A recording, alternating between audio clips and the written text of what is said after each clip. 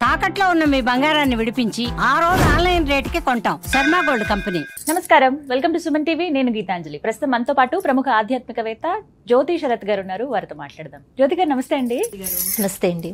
వినాయక రూపాలు అనేకం, అలాగే ఒక్కొక్క రూపం గురించి ఆ రూపం నుంచి ఏం నేర్చుకోవాలి, స్వామి ఏం చెబుతున్నాడు అనేది మీ మాటల్లో వింటూ ఉన్నాము కొన్ని ఎపిసోడ్స్లో. అయితే ఇవాళ తెలుసుకోవాలనుకుంటున్నాము విఘ్నరాజ వినాయక అంటే ఏ విధంగా చూడాలి స్వామిని, రూపం ఎలా ఉంటుంది, ఆ రూపం నుంచి ఏం నేర్చుకోవాలి, ఇవి వివరించండి. మనకి ఇక్కడ అంటే మన తెలుగు రాష్ట్రాలలో అని కాకుండా మనకి అక్కడ ద్రవిడ రాష్ట్రాలలో ఒకే ఆలయంలో 2 వినాయక స్వరూపాలు ఉంటూ ఉంటాయట. కొన్ని పురాతన ఆలయాల్లో నేటికి మనకు కనిపిస్తుంటుంది. అయితే ఆలయానికి వెళ్ళేటప్పుడు కొద్దిగా మరీ లోపలి గర్భగుడి అని కాకుండా బయట విఘ్నరాజు ఉంటారట. ముందుకు వెళ్ళి గర్భగుడిలో చూస్తే అక్కడ వినాయకుడు ఉంటాడు.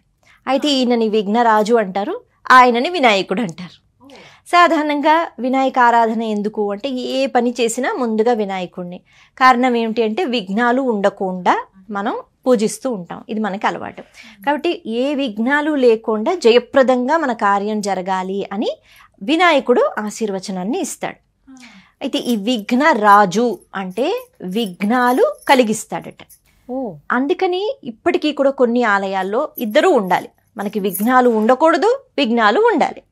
అందుకని 2 రూపాలని కూడా ప్రత్యేకించి పూజలు చేస్తారు. ఈ వినాయకుడికి ఆ వినాయకుడికి అలా చాలా కనిపిస్తాయి. కారణం ఏంటి అంటే ఒక్కొక్కసారి కొన్ని మార్గాలు మనం ఎంచుకుంటూ ఉంటాం, అందులో వెళ్ళిపోతూ ఉంటాం. ఇంకా చివరికి నేను లక్ష్యాన్ని చేరుతున్నాను అనేటప్పటికీ అడ్డంకులు వస్తూ ఉంటాయి, కొన్ని విఘ్నాలు వస్తాయి.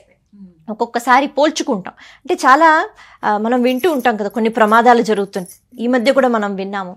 ఆ ప్రమాదంలో అయ్యో వెళ్ళవలసింది కానీ ఇది నేను వెళ్ళలేదు కాబట్టి నేను బ్రతికిపోయాను అని అనుకుంటారు. ఏదో ఒక విఘ్నం వచ్చి వాళ్ళు వెళ్ళలేకపోయారు. దానివల్ల అప్పటికి వాళ్ళు ఏదో చెడ్డ జరిగిందని అనుకుంటారు, కానీ తర్వాత వాళ్ళకి అర్థమవుతుంది మంచిదే జరిగిందని. ఇలా మన జీవితంలో ఆలోచన చేసినట్లయితే చాలా సందర్భాలు ఉంటాయి. అయ్యో ఇవాళ ఇలా చేద్దాం అనుకున్నాను, పోనీలే మంచిదైంది చేయలేదు అని. కాబట్టి ఎన్నో విఘ్నాలు ఇవేంటంటే మనకి తెలుస్తున్నాయి, కొన్ని మనకి తెలియవు. కొన్ని మనం పరిస్థితులను, లేకపోతే నా గ్రహాలు బాలేవని అంటాం, ఎవరినో వేలెత్తి చూపిస్తాం, వీళ్ళ వల్లే అడ్డంకులు వచ్చాయి, నా పని ఆగిపోయిందని మనుషులను, పరిస్థితులను, కాలాన్నో, గ్రహాలను తిట్టుకుంటూ ఉంటాం. ఒక్కొక్కసారి భగవంతుడిని కూడా తిట్టుకుంటాం. కానీ మనకి తెలియదు అసలు ఏం జరుగుతోందో, భగవంతుడికి తెలుసు. ఆ విఘ్నం ఎందుకు, ఆ విఘ్నాన్ని నీకెందుకు ఇచ్చాను, ఓర్పుతో ఉండు, ముందు నీకేం జరుగుతుందో చూడొచ్చు అని అనుకుంటూ ఉంటాడు భగవంతుడు. కానీ మనకు ఆ ఓర్పు ఉండాలి కదా. కాబట్టి విఘ్నరాజ ఆరాధన ఎంత అవసరం అంటే, అలాగని మనం ఏ పని చెయ్యకుండా పర్వాలేదు విఘ్నాలు వస్తే దేవుడే కురిపించాడు అని అనుకోకూడదు. మన సాధన మనం చేసిన తర్వాత, మన ప్రయత్నం మనం చేసిన తర్వాత, అది కూడా మంచి మార్గంలో, సన్మార్గంలో ధర్మాన్ని పట్టుకుని అప్పుడు కూడా విఘ్నాలు వచ్చాయా విడిచిపెట్టేయాలి. ఎందుకు అంటే ఆ విఘ్నాలు బహుశా అక్కడ నేను ఆగిపోయినా నన్ను ఇంకెక్కడికో తీసుకెళ్లి దేవుడు పెట్టాలనుకుంటున్నాడు, అందుకని అక్కడ పెడతాడు. కాబట్టి ఈ విఘ్నాలను నేను పట్టించుకోకూడదు అని మనం అనుకుంటూ ఉండాలట. కాబట్టి కొన్ని విఘ్నాలు మనకు అవసరం కానీ మనకి తెలియదు, భగవంతుడు చూసుకుంటాడు. అటువంటి విఘ్నాలను కల్పించేవాడు వినాయకుడు. ఒక అద్భుతమైన విషయం గురించి మనం మాట్లాడుకుందాం. గోదావరి నది ఆకాశంలో ఉండేది గంగలాగే. ఎవరు తీసుకుని వచ్చారు? గౌతమ మహర్షి. గౌతమి నది అని కూడా అంటారు. ఈ తీసుకొచ్చే ప్రక్రియలో వినాయకుడు పెట్టిన విఘ్నం ఏదైతే ఉందో అది విఘ్నరాజుగా ఆయన ఎలా నిరూపణ చేసుకున్నాడో ఒక్కసారి మనం చెప్పుకుందాం. తెలిసిన కథ అయినా. అంటే గౌతమ మహర్షి ఒక ఆశ్రమాన్ని నిర్మించుకొని తన భార్యతో పాటు ఉంటున్నారు. ఎందుకో ఆ పరిస్థితి ఎలా అయిపోయిందంటే పూర్తిగా క్షామం, అక్కడెక్కడ తినటానికి ఏం లేదు, ఒక చుక్క నీరు లేదట. అందరూ అక్కడి నుంచి వెళ్ళిపోతున్నారు. అటువంటి పరిస్థితుల్లో సరే తను కూడా వెళ్ళిపోవచ్చు, కానీ తనకి తపశ్శక్తి ఉంది కాబట్టి వరుణదేవుణ్ణి ప్రార్థించారట. ఓ వరుణదేవ కురిపించు వర్షం అని. కానీ కొన్ని నిర్ణయాలు భగవంతుడు తీసుకుంటాడు. ప్రకృతిలో మార్పులు వచ్చినప్పుడు మనం అంటే వర్షం కురిసిపోదు, మనం ఆగు అంటే ఆగిపోదు. భగవంతుని యొక్క నిర్ణయం. వాటిని మనం ఏమంటూ ఉంటాం అంటే న్యాచురల్ కెలామిటీస్ అంటూ ఉంటాం కదా, అవి అలా జరిగిపోతూ ఉంటాయి. అయితే వరుణదేవుడు అంటాట, లేదు ఇప్పుడు ఇక్కడ ఎందుకు ఇలా జరిగింది అన్నది భగవంతుడి నిర్ణయం. నువ్వు తపస్సు చేశావు కాబట్టి నీ కోసం నేను ఒక కుండం గా మారుతాను, ఆ కుండంలో ఎప్పుడూ జలం ఉంటుంది నీకోసం, అంతేగాని నేను అంతా వర్షం కురిపించి ఇదంతా కూడా సస్యశ్యామలం చెయ్యలేనంట. దానికి గౌతమ మహర్షి సరే పోనీ ఏదో ఒకటి చేయండి అంటారు. అప్పుడు ఒక కుండం లాంటిది ఏర్పరిచి అక్కడ వరుణదేవుడు వచ్చి కూర్చున్నట్ట. అంటే అక్కడ ఎంత నీరు తీస్తున్నా అది ఒక చిన్న కుండంలో ఉంటుంది కానీ నీరు ఉంటూనే ఉంటుంది. అయితే అమ్మయ్య నా పరిస్థితి బాగుంది కదా అని అనుకోలేదు గౌతమ మహర్షి, లోక కళ్యాణం కోసం ఆలోచించారు. అందరు ఇబ్బంది పడుతున్నారు కదా, ఈ కుండంలో నీళ్లు వస్తూనే ఉంటాయి కదా అని అక్కడ పంట పొలాలు ఆయన చక్కగా అక్కడ ధాన్యము, కూరగాయలు అన్నీ అవసరమైనవి, కేవలం ఋషులు మునులు అనే కాదు, ఎవరైనా అక్కడికి వస్తే వాళ్ళకి ఆతిథ్యాన్ని ఇవ్వడం వీటికి ఉపయోగించేవారట. కాబట్టి అక్కడ చాలా సస్యశ్యామలంగా అన్నీ పండిస్తూ, ఎందుకంటే నీరు ఉంది కాబట్టి తను ఒక్కళ్ళు తినడానికి అంత పంట అక్కర్లేదు, అందరికీ పెడుతూ ఉండేవాడు.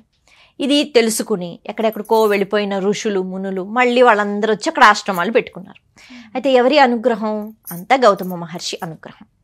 వాళ్ళు వచ్చారు, హాయిగా జీవితాన్ని కొనసాగిస్తున్నారు, నీటికి ఎటువంటి ఇది లేదు, పళ్ళు ఫలాలు అన్నీ కూరగాయలు దొరుకుతున్నాయి, అలా హాయిగా ఆనందంగా జీవితం గడుపుతున్నప్పుడు ఇప్పుడు కొంతమంది అలాగే ఉంటారు, ఎక్కడి నుంచి పొందారు అన్నది మర్చిపోతూ ఉంటారు, మర్చిపోయి వాళ్ళ మీద ద్వేషం పెంచుకుంటూ ఉంటారు. కాబట్టి అందరూ గౌతమ మహర్షి యొక్క శక్తి గురించి మాట్లాడుకుంటూ ఉంటే అందరూ ఆయన వల్లే కదా మనం ఇలా ఉన్నాం అని అనుకుంటూ ఉంటే ఓర్వలేక ఈర్ష్యతో వాళ్ళలో ఒక ఆలోచన మొదలైంది. వాళ్ళు మహర్షులే కానీ ఇంకంతే, అంటే ఎంత భగవద్ ధ్యానంలో ఉన్నా చిత్తములో మాలిన్యాలు ఉంటే ఎవరు ఏమి చెయ్యలేరు. కాబట్టి వాళ్ళు అనుకున్నారట, ఏం చేద్దాము, ఇక్కడి నుంచి గౌతమ మహర్షిని ఎలాగైనా తన్ని తగిలేద్దాం, ఈ ప్రదేశం అంతా మనదే, నచ్చినట్టు ఉందాం అనుకున్నారట. అప్పటికీ పాపం వాళ్ళకి ఏమి ఇబ్బంది లేదు. సరే ఈ ఆలోచన ఎంతవరకు దారి తీసిందంటే వాళ్ళు కూడా ఋషులు కదా, వాళ్ళకి తెలుసు ఎటువంటి హోమాలు చేయాలి, యజ్ఞాలు చేయాలి. అందుకని వారు గణపతిని విశేషంగా ఆరాధించారట, ఒక చక్కని యజ్ఞం చేసి భక్తి శ్రద్ధలతో. కాబట్టి గణపతి వచ్చాట ఆ యజ్ఞం నుంచి. చెప్పండి ఏం చేయాలి అంటే, వినాయక నువ్వేం చేయాలంటే వాళ్ళే చెప్తారు మొత్తం ప్రణాళిక. నువ్వు ఒక ధేనువు రూపంలో ఆ పొలాలు ఏవైతే ఉన్నాయో అక్కడ నువ్వు తిరుగుతూ ఉండాలి. అయితే ఆ సమయంలో గౌతమ మహర్షి వస్తాడు, అక్కడ నువ్వు అంతా ఏదో పాడు చేస్తున్నావు అనుకుని నిన్ను ఏదో హట్ అని ఏదో అంటాడు. ఆ సమయంలో నువ్వు చచ్చిపోవాలి, అంటే నువ్వు పడిపోవాలి. గోహత్య మహాపాపం కదా, కాబట్టి అలా గోహత్య చేసావా, పాపవి నువ్వు ఇక్కడ ఉండకూడదు అని మేము ఆయన్ని వెళ్ళగొడతాం. కాబట్టి మామూలుగా ధేను అక్కడికి రాదు కదా, అందుకని నువ్వు అక్కడ ఉండు. ధేను వచ్చినా హట్ అంటే వెళ్ళిపోతుంది కదా, చచ్చిపోవాలి కదా అక్కడ.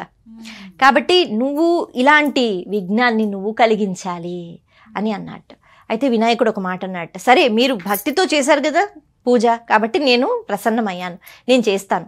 కానీ నేను ఈ పని చేస్తే మీరు విఘ్నం అనుకుంటున్నారు, అంటే తన జీవితానికి ఇది ఒక పెద్ద విఘ్నం అని మీరు అనుకుంటున్నారు. కానీ ఇలా చేస్తే గనక మీరు పతనం అయిపోతారు, తనకి ఇంకా తన స్థాయి పెరిగిపోతుంది, చెయ్యాలా వద్దా అన్నారట. అంటే అలా ఎలా అవుతుంది, బ్రహ్మహత్య పాపం చేసినవాడు బ్రహ్మహత్య పాపం చేసినవాడే కదా, ఏం పర్వాలేదు వినాయక నువ్వు చెయ్యన్నారట. సరే మీ కర్మ అనుకున్నాడు వినాయకుడు. ఒక ఆవు రూపాన్ని ధరించి అక్కడక్కడ తిరుగుతున్నాడట. సంధ్యావందనం చేసుకుందామని గౌతమ మహర్షి వచ్చారు. అయితే ఈ ఆవు మామూలు ఆవు కాదు కదా, ఆవు అంత అల్లరి ఏం చెయ్యదు, కానీ వినాయకుడు కాబట్టి ఏదో చిన్నగా అల్లరి చేస్తుంటే పంటలు పాడైపోతున్నాయని ఒక గడ్డి పరక తీసి ఇలా అన్నారట. అంటే ఏదో విసురుతున్నాము అంటే ఆవు భయపడిపోయి వెళ్ళిపోతుందని. అలా అనేటప్పటికీ ఆ ఆవు అక్కడ పడిపోయి చచ్చిపోయింది. కారణం ఏమిటంటే ముందుగా అనుకున్నారుగా వినాయకుడు. కాబట్టి ఇప్పుడు వీళ్ళందరూ వచ్చేసి అసలు ఏంటి నువ్వు గోహత్య చేసావా, ఇంత పాపం చేసావా, నానా మాటలు అని, నువ్వు ఇక్కడ ఉండడానికి వీల్లేదు, ఈ స్థలం అంతా అపవిత్రం అయిపోయింది అంటూ ఉంటే గౌతమ మహర్షి భయంతో వణికిపోయారట. అంత మహర్షి అయినా కూడా, బ్రహ్మర్షి అయినా, అయ్యో నేనేం చెయ్యలేదు, ఒక గడ్డి పరక వేశాను అని ఎంత చెప్తున్నా కూడా వాళ్ళు నిందిస్తూనే ఉన్నారు. ఆయన చాలా మంచి స్వభావం కలిగిన వాడు కాబట్టి బాధపడుతున్నాడు. పోతే నేను చంపలేదు కదా, పోతే పోయింది, అదేం హత్య కాదని ఆయన ఉండొచ్చు. కానీ ఆయన మనస్తాపానికి గురయ్యారు, పంపించేశారట. మరి ఏం చెయ్యాలి మీరే చెప్పండి అన్నారట. ఏం చేస్తావు, పవిత్రం చెయ్యాలి అంటే మళ్ళీ గంగ రావాలి, అంటే ఇప్పుడు ఉన్న గంగ కాదు మళ్ళీ కొత్త గంగ రావాలి, అది తేవడం నీకు సాధ్యమవుతుందా, అవ్వదు కదా. అలా గంగ ప్రవహిస్తేనే పైలోకంలో ఉన్న గంగ, అప్పుడు భూమి పవిత్రం అవుతుంది, నువ్వు మాత్రం ఇక్కడ ఉండడానికి వీలు లేదు, వెళ్ళి నీ పాప ప్రక్షాళన చేసుకో, మేము ఏదో ఒక రకంగా ఉంటాంలే అన్నారట. అప్పుడు గౌతమ మహర్షి అక్కడి నుంచి వెళ్ళిపోయారు. అక్కడి నుంచి వెళ్ళిపోయి తపస్సు చేసుకుంటున్నారట ఈశ్వరుడికి. ఈశ్వరా నేను తప్పు చేశాను అదే బాధ, నేనేం చేశాను అని అనట్లేదు ఆయన, నేను తప్పు చేశాను, నన్ను క్షమించు, బ్రహ్మహత్య పాపమా, ఇంతకన్నానా, ఈ దోషం నాకొద్దు అని వేడుకుంటున్నాడు. ఈశ్వరుడు వచ్చాడు. ఏం తప్పయ్యా, ఏం పాపము, నువ్వేమీ చెయ్యలేదు, అయినా ఇంత బ్రహ్మజ్ఞానివి, ఋషులు మునులు దృష్టితో చూస్తూ ఉంటారు కదా, మనం కథల్లో వింటూ ఉంటాం, వారు చూశారు దివ్య దృష్టి అని. మరి నీకు అంత దివ్య దృష్టి లేకుండా పోయిందా? నువ్వే చూడు ఒక్కసారి ఏం జరిగిందో, నీ మీద ఇలా వాళ్ళందరూ చేశారు, నువ్వు నిజంగా ఎవరిని చంపలేదు చూడు అన్నారట ఈశ్వరుడు. అంటే గౌతమ మహర్షి అవునా అని నిజంగానే దివ్య దృష్టిని ఉపయోగించి చూశారు. పాపం చూస్తే ఆయనకు అన్ని మొత్తం కనిపించాయి. ఓ అవునా, అయితే నేనేం పాపం చెయ్యలేదు కదా, నువ్వు ఏ పాపము చెయ్యలేదు, కానీ నువ్వు అడిగావు కాబట్టి మళ్ళీ నేను ఆకాశంలో గంగని తీసుకొస్తున్నాను. ఆ గంగే మళ్ళీ గోదావరిగా వచ్చింది, గౌతమిగా వచ్చింది. కాబట్టి ఇక్కడ పాపం ఆయన అడిగాడు కాబట్టి ఆ గౌతమి నది అక్కడ ప్రవహించి మొత్తానికి ఇప్పుడు మనం అందరం కూడా గోదావరిని అదైతే చెప్పుకుంటున్నామో, ఇది ఈ జలం రావడానికి కారణం ఎవరు అంటే ప్రత్యక్షంగా పరోక్షంగా వినాయకుడే. కాబట్టి వినాయకుడు అంత పెద్ద కష్టాన్ని తానే ఇచ్చాడు. తను ఒప్పుకోకపోతే జరిగేది కాదు, కానీ అలా ఇచ్చినప్పుడే చెప్తాడు. ఇలా జరగడం వల్ల నేటికి మనం గౌతమ మహర్షిని ఎలా తలుచుకుంటున్నాం? గోదావరి నదిని మనకి ఇచ్చిన మహానుభావుడు, లేకపోతే ఆయన ఒక సామాన్య మహర్షిగా ఉండేవాడు. కాబట్టి ఆయనకున్న ఆలోచన అంటే లోక కళ్యాణం కోసం ఆయన ఎంత తపించిపోయాడు, ఆ కుండంలో ఎంత నీటితో ఎంత సహాయం చేశాడు, ఇవన్నీ మనం చెప్పుకుంటున్నాం. అంటే ఆయన స్థాయి ఇప్పుడు పెరిగిపోయిందిగా. కాబట్టి అటువంటి విజ్ఞాన్ని ఏర్పరిచి, అలాంటి సందర్భాన్ని ఏర్పరిచి వినాయకుడు గౌతమ మహర్షి స్థానాన్ని పెంచేశారు. కాబట్టి చాలా సందర్భాలలో కొన్ని విఘ్నాలు మనకు అవసరం వినాయకుడికి తెలుసు. అందుకే విఘ్నరాజా, ఏ విఘ్నాలు మాకు అవసరమో అవి ఇవ్వు. ఇచ్చినప్పుడు మనం మనుషులం కదా, మనకి గౌతమ మహర్షిలాగా శక్తులు లేవు, మనం తెలుసుకోలేము. కాబట్టి మనము ప్రతిదానికి ఏడవకుండా చాలా ఇదిగా సరేలే చూద్దాం, ముందు ముందు ఇంకా ఉంది, ఎక్కడా జీవితం ఆగిపోదు, వినాయకుడు ఉన్నాడు, ఏదో విఘ్నం వచ్చింది కానీ నేను ముందుకు వెళ్ళిపోతాను అని ఆ విఘ్నరాజుకే దండం పెట్టుకుంటే విఘ్నాలు కలిగిస్తాడు, వినాయక అని దండం పెట్టుకుంటే విఘ్నాలు తొలగిస్తాడు. ఖచ్చితంగా నిజమే, మీరు అన్నట్టుగా దేవాలయాల్లో ఇలా చూస్తూ ఉంటాం 2 వినాయక విగ్రహాలు అనేది.